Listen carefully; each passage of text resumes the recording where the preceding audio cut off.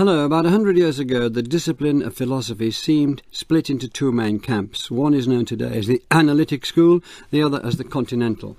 The founders of the Analytic tradition, who included Bertrand Russell and Ludwig Wittgenstein, believed it should be as impersonal and exact as the sciences. For them, it was logic and language, rather than human experience, that would answer the important questions. Continental philosophers, such as Martin Heidegger, on the other hand, rejected this approach, and commonly they were not just using different methods, but asking different questions. For much of the last century, philosophers have been categorized as either analytic or continental, and there have been some bitter exchanges between the two camps.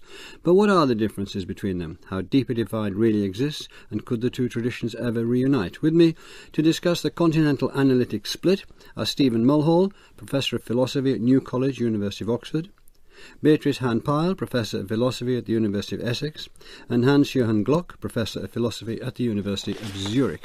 Stephen Mulhall, let's start with the analytic tradition. When did it begin and who were its founding figures?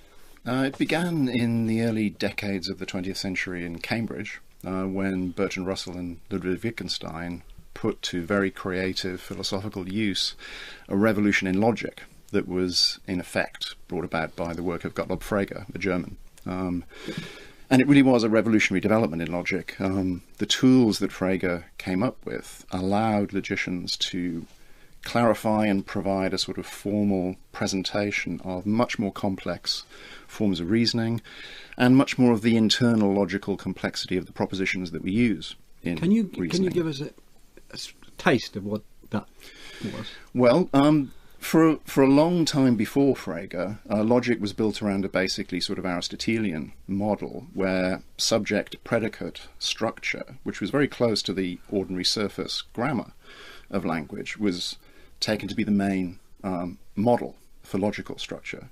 What Frege did was use some concepts that he took primarily from mathematics, a distinction between function and argument, which has a specifically mathematical significance when one's interested in numbers. And then he generalized the notion of a function and used that to represent predicate structure in ordinary propositions. And what that allowed him to do was to capture forms of reasoning and forms of structure in propositions, particularly ways in which we use general ideas of generality, in a way that wasn't possible with the resources of Aristotelian logic. So why did Russell and Wittgenstein and others, but let's stick with them because otherwise we'll get too cluttered up with names, why did they take it? What they did with it was apply it to specifically philosophical problems. Frege's primary concern was a project of his to try and reduce mathematical propositions to logic. Russell was also interested in that, but he had a much more general eye for philosophical problems. And what he used the resources of Fregean logic to do was to show that many of the problems that philosophers had grappled with for a very long time were generated by the surface appearance of propositions in ordinary language, where, for example, one has expressions in ordinary sentences which look as if they're working in the way names do, picking out objects in the world. Well, the classical example that Russell used was of the following proposition: the present King of France is bald. The problem with that sentence is that the present King of France looks like it's a name. It picks out an object in the world, and of course there is no object in the world corresponding to that name. So that created a problem about how one understands the meaning of the sentence. You mean because there wasn't a King of France? Yes, that's right. Yeah. The question is, how do you give meaning to names? How are they supposed to be functioning if there's nothing in the world corresponding to them? And what the resources of Fregean logic allowed Russell to do was to show that there's a way of presenting the structure of that proposition which removes the appearance that there's a referring expression in the proposition. In the mid-30s, to park Cambridge for a moment, the logical positivists arrived. They'd arrived already, but please excuse my simplicity, right? That can be the motto for this programme. There's a group called the Logical Positivists in Austria. Can you briefly tell us how they took up or developed the analytic case? They took up the analytic case not so much through Russell's work, but through Ludwig Wittgenstein's work, because the kind of final stage of that early first phase of analytical philosophy is really centered around Wittgenstein's first book, the Tractatus Logico-Philosophicus, where he radicalized some of the ideas that Russell and Frege brought to bear and gave a particular kind of story about the different ways in which different kinds of propositions function. And in particular, he made two claims. One was that the propositions of logic were tautologies, by which he meant that they were kind of degenerate cases of genuine propositions. I mean, if I say it's raining, then I make a claim about the world that might be true or might be false. Look through the window and you'll see which it is. But if I say either it's raining or it's not raining, I'm not telling you anything about the weather. That's a tautology. That's the kind of proposition that Wittgenstein was interested in clarifying. So he makes this claim, which is a very original claim at that point, that we have to think about the propositions of logic as tautologies or contradictions. The other important idea that the Vienna Circle developed was the claim he made about metaphysical and philosophical propositions. His argument in the Tractatus was that they were nonsensical, that they weren't genuinely significant propositions at all, and hence that the problems of philosophy, which are supposed to find expression in metaphysical propositions, were not genuine problems at all, that they would disappear when the logical structure of propositions was properly clarified. And that was the key idea the Vienna Circle picked up. Thank you very much. Beatrice Hand-Pyle, we've had some introduction to analytic philosophy. Can you give us a similar survey of the Continental tradition? Is that possible? I know it's come from different reaches, and I know you said that when you came to this country in 1997, is it? Yeah. It was the first time you'd heard the phrase. But still, can we just, for the purposes of this programme, talk about Continental philosophy? It's been recognised in the work of Coleridge, so the phrase has got a bit of a history.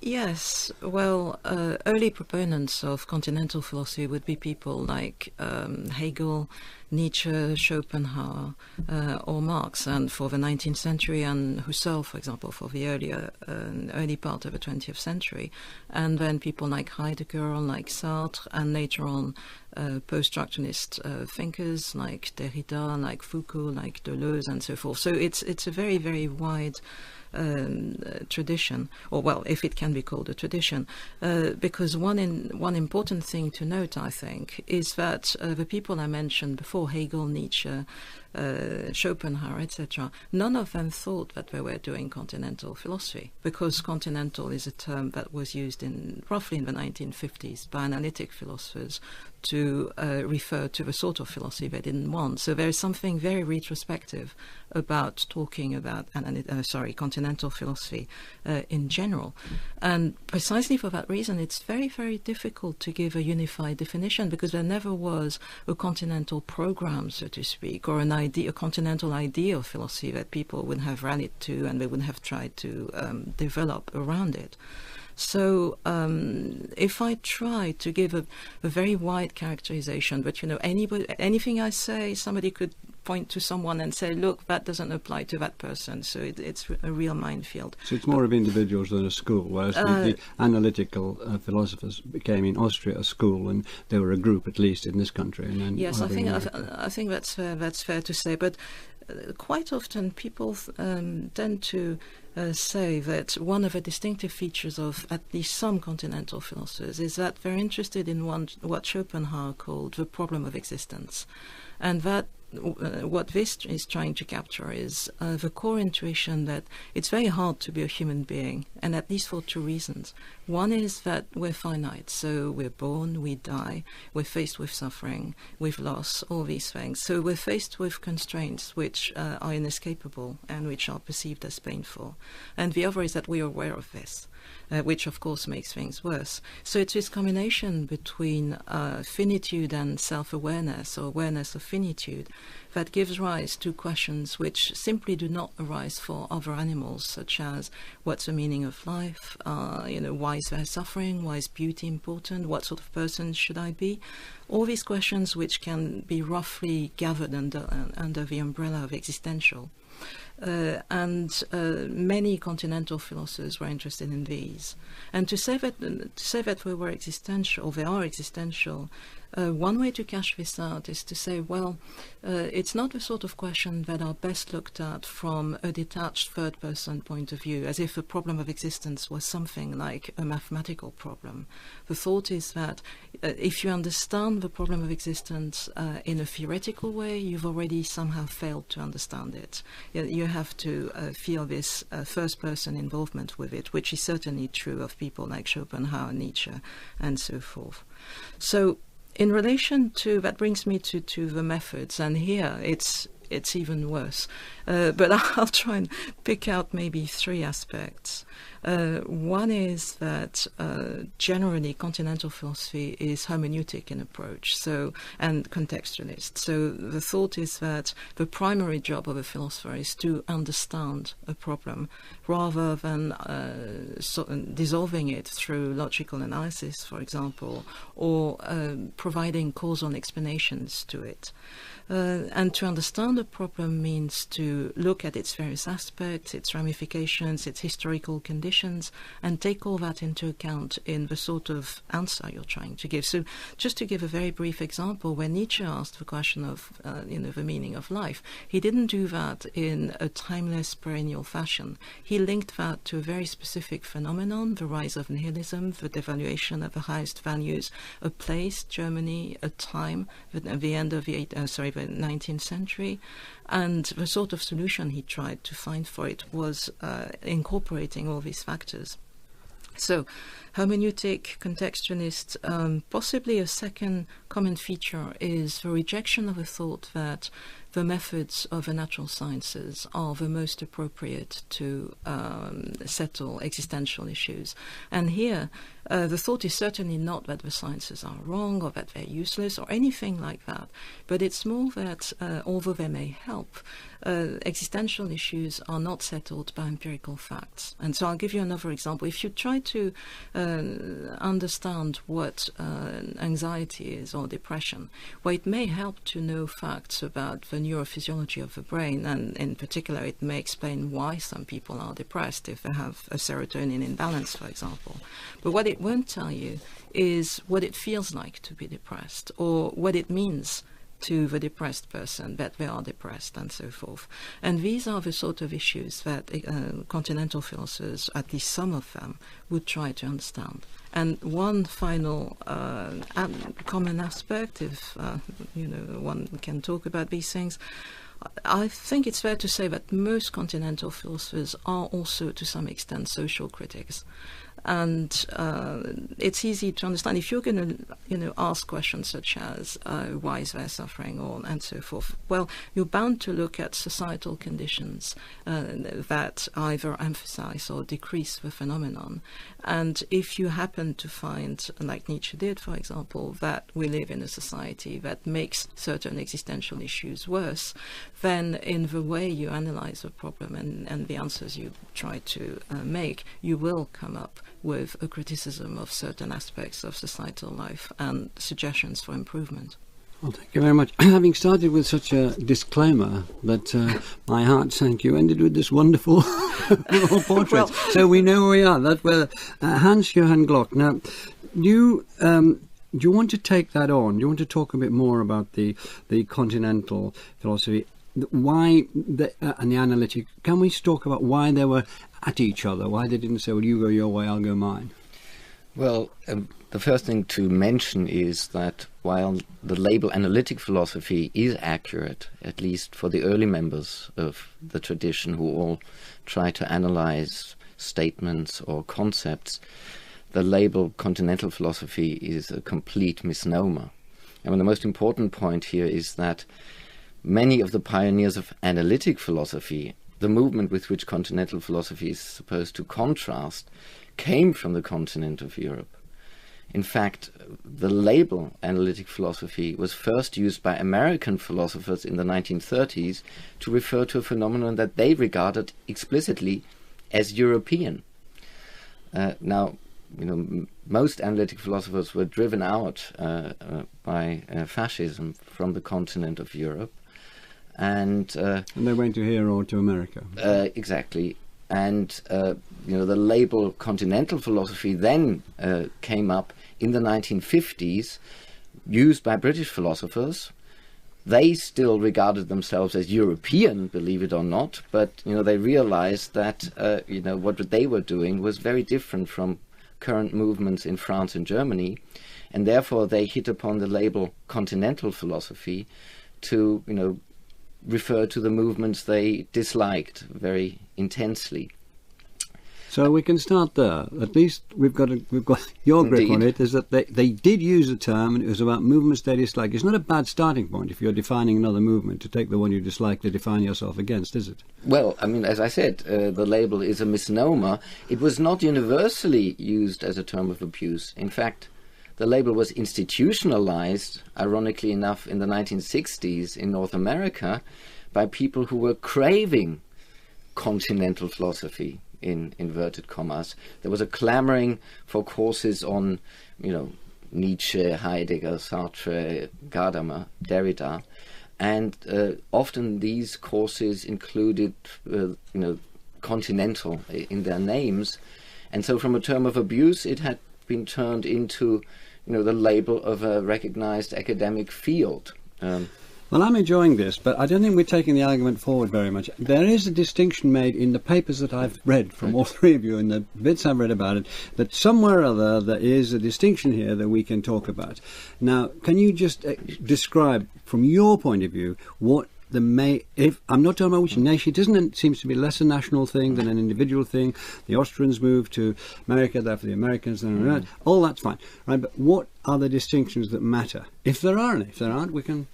I would certainly think there are distinctions that matter. I think in terms of philosophical views, whether or not you can solve problems by way of natural science, there isn't a clear-cut distinction, because many analytic philosophers, notably Wittgenstein, were very hostile to the idea that philosophical problems could be solved by natural science. But I do think there are differences in terms of method. So, for instance, I would say that it's analytic philosophers who try to get clear about questions and problems by clarifying the concepts which occur in these questions. So, Moore, for instance, he thought that before you can worry about what the good life or a good action is, you have to get clear about what action means, the term. And they also try to get clear about what arguments are valid and what arguments are invalid. So there is a greater emphasis on logical rigor, I reckon, and on clarity of exposition. I think whatever you say, most analytic philosophers write in a style which I personally find much more digestible than continental philosophers like Hegel or Heidegger or Derrida. So, to put it bluntly, there is a difference in the way of going about philosophy, and that I think is the point at which there is a notable contrast. It's not universal, you can't generalize it. Some of Wittgenstein's writings are as obscure as anything. Some of Nietzsche's writings are very clear. But on the whole, it's, I would say, the premium on clarity of exposition and on logical rigor characterizes the analytic movement. And you can't do a similar characterization for the continental. You think it's too widespread vapor. I have my own take on this, but I am liable to be contradicted violently. I think one problem is that the continental tradition, as I see it, includes at least two initially very different strands. On the one hand, you have the Hegelians and the Marxists, who set perhaps exaggerated hopes in the power of human reason to improve life for the better. And these exaggerated hopes are liable to be disappointed and to lead to pessimism and perhaps equally unwarranted rejection of the idea that reason can make our thoughts clearer and that it can improve our social conditions. So one title in which this is neatly summarized is a book written by two German philosophers, Max Horkheimer and Theodor Adorno, in the United States in 1947, called The Dialectics of Reason. And they come from a Hegelian background, which thinks that reason will guides history to a better end, And they were completely disillusioned of this, and then they fell for a more hostile description of reason and enlightenment. It's dialectic of the Enlightenment. Fine. Well, I think we've got quite a lot of the clarity and quite a lot of the confusion, so there's plenty to go at. Let's say that there are these two different areas, Stephen Mulhall. They're not clear-cut, there's overlapping, it's individuals more than nations, and so on. But there are differences that I've gathered from the way the three of you have spoken. Hegel has been mentioned. Is he, as it were, seminal? Can we track back to him as a person out of whom flowed two different streams eventually? We certainly can. I mean, one of the ways in which one can try to make some sort of sense of the development of these two labels and their sense of opposition is by tracing it back to different ways in which the project of Immanuel Kant was inherited. That's particularly pertinent given the origins of analytic philosophy in Cambridge, as I mentioned earlier, because part of the immediate context that Russell was reacting against there was the dominance of Hegelian idealism in British philosophical circles. So Hegel does tend to be a sort of symptomatic figure.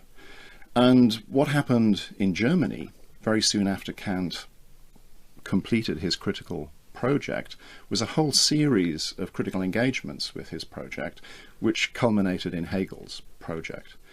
And simplifying massively, Kant was trying to provide us with a way of legitimating the possibility of human knowledge, with establishing some kind of reliable connection between subjects and objects in the world, such that we could claim genuine knowledge of those objects. But the story he had to tell in order to guarantee the possibility of knowledge left him having to impose a whole series of dualisms or oppositions in his own system of thinking. Actually, they also involved divisions within both the subjects and the objects that he was talking about. So he was led to posit the concept of a thing in itself that lay beyond any possible experience of objects. And he was also led to posit a distinction within the subject between the empirical psychology of the subject and what he called a transcendental aspect of the subject, which was actively involved in constituting the world of our experience.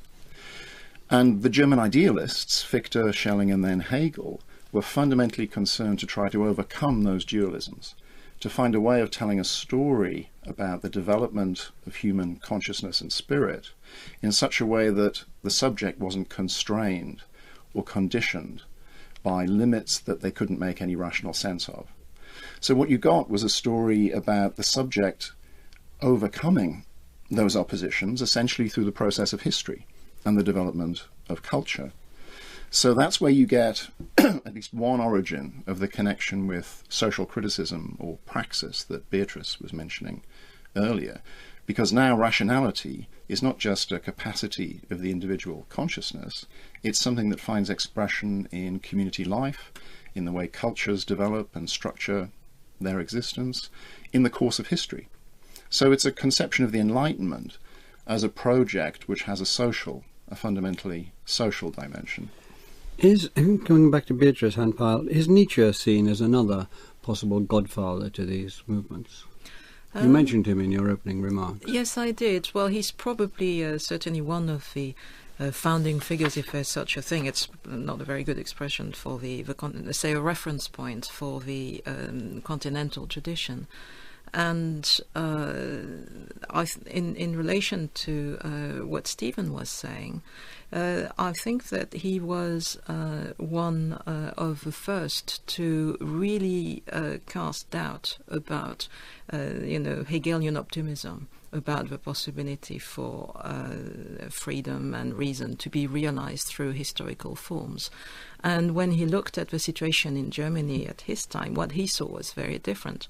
He saw, or at least he felt he saw, that the highest values were devaluing themselves, as he put it, and that the question why had no answer anymore. So that became... This is the end of the 19th century. That's right. And that became encapsulated in the very famous proclamation in the Gay Science that God is dead and we've killed him. and God here being a placeholder for these highest values that are losing their content, but more than a placeholder, because Nietzsche was also saw nihilism as the consequence, the final consequence, if you like, of the influence of Christianity in the West. So there is definitely a sense in which the rosy Hegelian, well, it's not all rosy, but some, say, optimistic aspects of a Hegelian view are really brought back to earth by Nietzsche, so to speak. Hans Johann Glock, it enters politics strongly in the middle of the century. Mussolini was supposed to have admired Nietzsche, so did Hitler. Heidegger was strongly associated with the Nazi regime. And it was this, obviously, as you said earlier, fascism, the introduction of fascism in the 30s meant that a lot of people from Vienna went from Austria and other parts of Germany to England and the United States of America. Was that political element inside the philosophy, or did it just happen that they were caught up in a political furore? There was a political element to the thinking of many of the logical positivists. For instance, Neurath, one of the leading logical positivists, was an unorthodox but very committed Marxist. Many of the other members of the Vienna Circle were democratic socialists and pacifists. So, in my view, there is an explanation of why most analytic philosophers were driven out of Central Europe. Others were Jews and, faced the prospect of being killed. Some were killed. So, there's an explanation to this geographic split, but I don't think that the divide between the two philosophical movements is as such a political divide. For one thing, there are many currents in continental philosophy that are, explicitly left-wing, whereas others, I think, the philosophy of life of Nietzsche and Heidegger lends succor to right-wing politics. But more than that, although many of the proponents, politically committed proponents of analytic philosophy, tended to be on the left, this is not a characteristic feature of analytic philosophy. Stephen Mulhall. There was something interestingly paradoxical about the politics or ethics of the Vienna Circle, because on the one hand, as Hanya was saying, they conceived of themselves explicitly as representatives of modernity. They had international congresses, they founded encyclopedia projects, they had a manifesto, and part of that manifesto was a certain kind of inheritance of the Enlightenment. They took themselves to be trying to recover a certain set of values for modern culture, with a certain ferocious irony given the coming political circumstances. But at the same time, the content of their account of language was such that it removed any meaning from evaluative discourse. It was a central part of the logical positivist story about language that only empirical discourse about the facts, and primarily scientific discourse, and the discourse of logic constituted genuinely significant uses of language. Beyond that, aesthetics, politics, morality, religion was meaningless.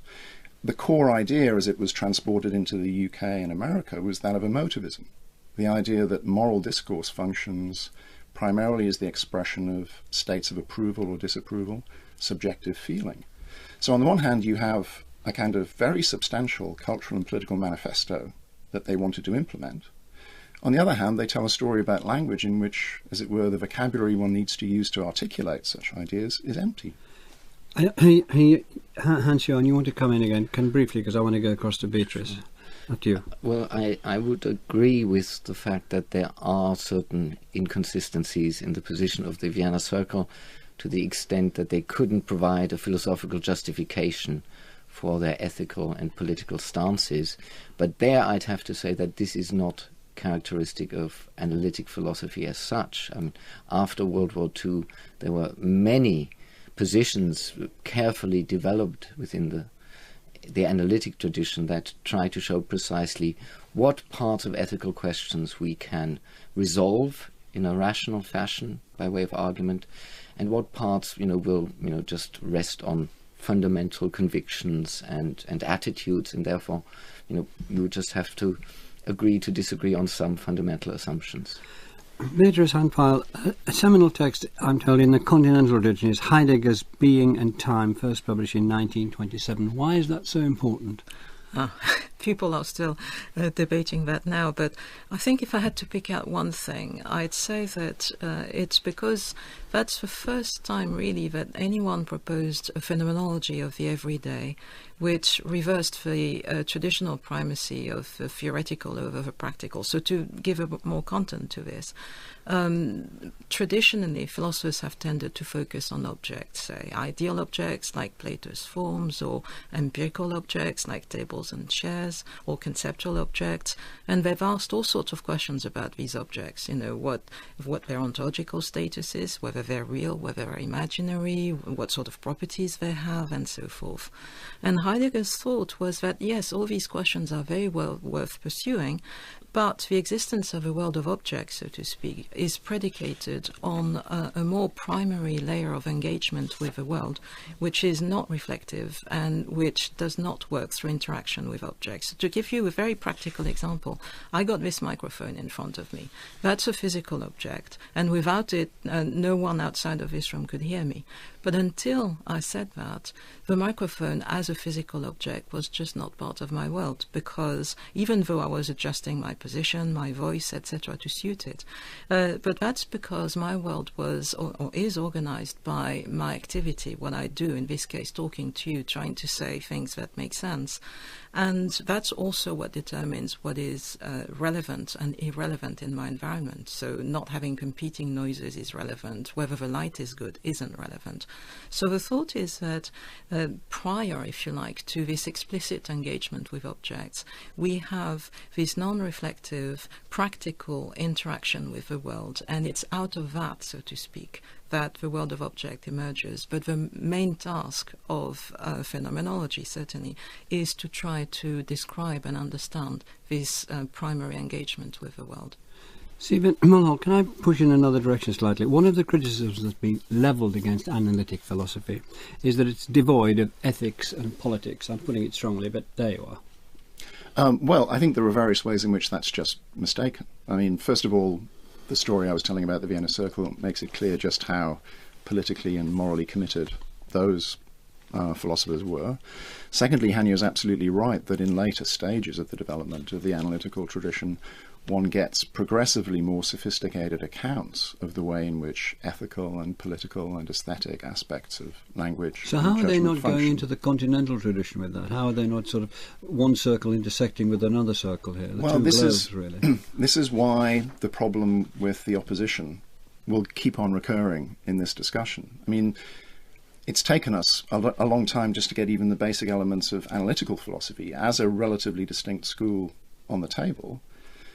Continental philosophy is functioning as a term used by analytical philosophers to tell us what they're not. And there are so many different things that they're not.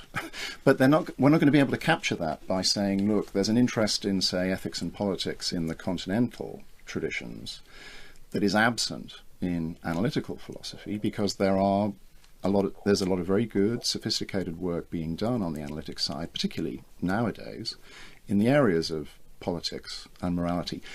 But what might be worth saying about continental ways of engaging with these issues is that they very often are interested in what you might call the ethical or political dimensions of philosophy.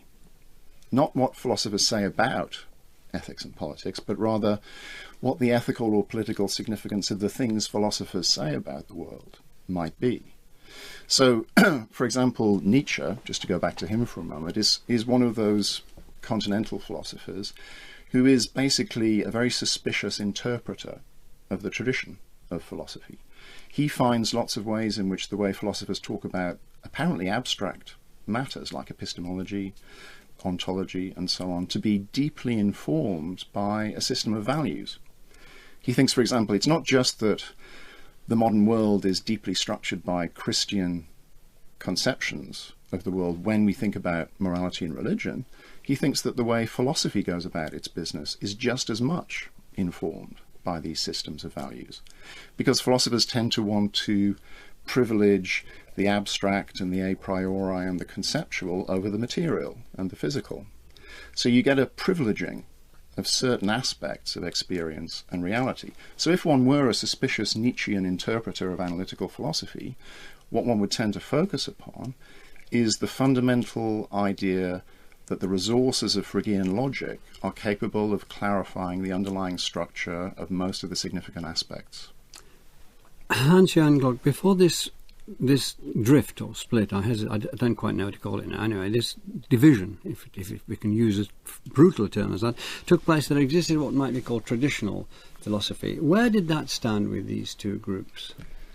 Well, I think traditional philosophy would be the great Western philosophical tradition from the pre-Socratics to roughly Kant.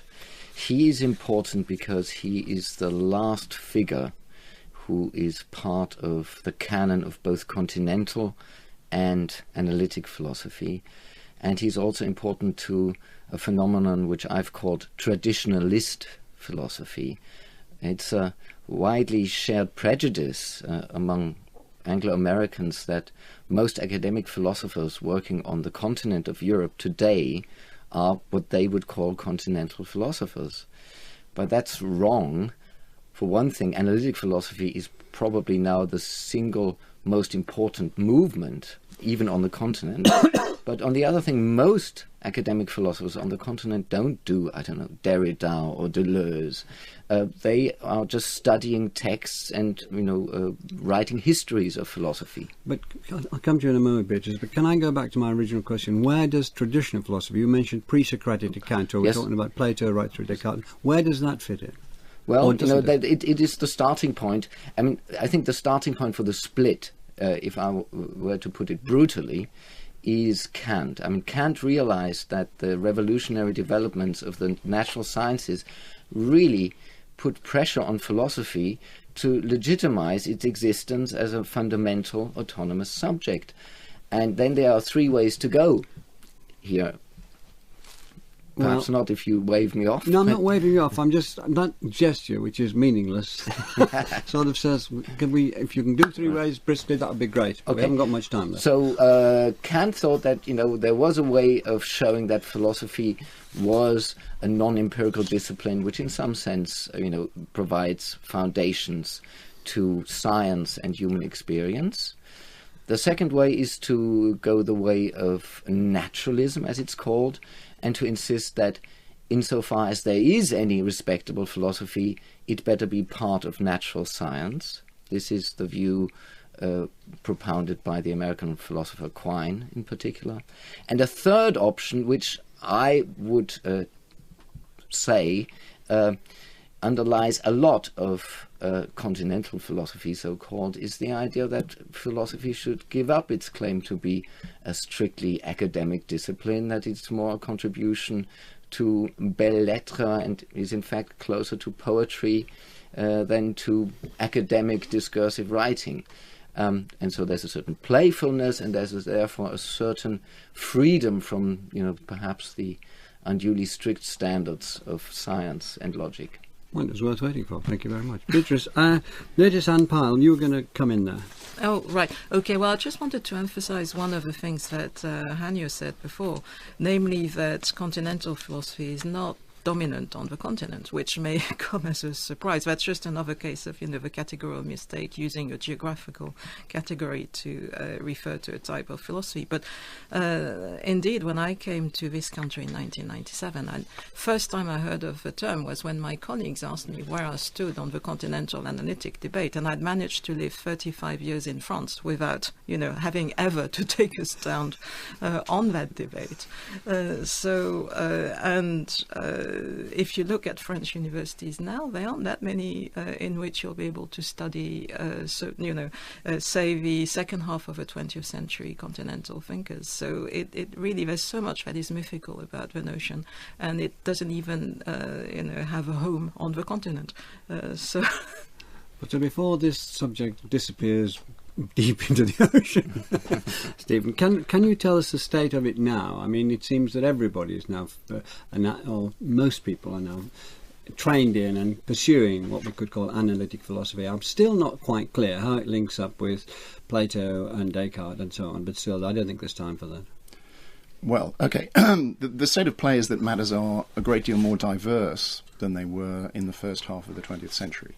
So that the analytic philosophical tradition, insofar as it still exists, contains a much greater variety of projects, a much greater degree of internal criticism than it did. Pretty much by the 70s, we were talking about a relative breakdown of that school. On the continent, a variety of traditions still exists, although the really major figures in those traditions have died. And it's much harder to come up with the names of philosophers who inherit those traditions, who have the same kind of weight or significance as philosophers. And institutionally, it's much more common now than it used to be for British and American departments to have philosophers working on continental traditions amongst their number than it used to be. So in that sense, the situation is rather more pluralistic. But there still remain some pretty fundamental worries about differences of method, differences of style, and different conceptions of what the rigour of a philosophical investigation ought to look like. For all they're coming together and they're mixed up and so on, there have been some fairly strong attacks made, particularly on continental philosophy, by the analytical philosopher, haven't there? Very strong public attacks at conferences, in papers, not publishing in the same paper, and so on and so forth. That is perfectly correct. I tend to think that the distinction between analytic and continental philosophy will lose its significance, but mainly because analytic philosophy is losing its distinctive identity. I'm more skeptical that there will be a really fruitful synthesis of the two. And one reason for thinking that is that if you look at the classical clashes between analytic and continental philosophers, I think it's fair to say that they have led to greater divergence and greater disagreement than, at the end, than what they started out with. And that makes me somewhat skeptical that, we are in line for a synthesis. I know, Beatrice, there isn't time. I'm very sorry. We'll have to do another programme, clearly. But thank you for taking us through that. Thank you, Beatrice Handpile, Stephen Mulhall, Hans-Joachim Glock. Next week we will be talking about Ptolemy and ancient astronomy. Thanks for listening. If you've enjoyed this BBC podcast, why not try others, such as The Forum, the discussion programme about global ideas. To find out more, visit bbcworldservice.com/forum.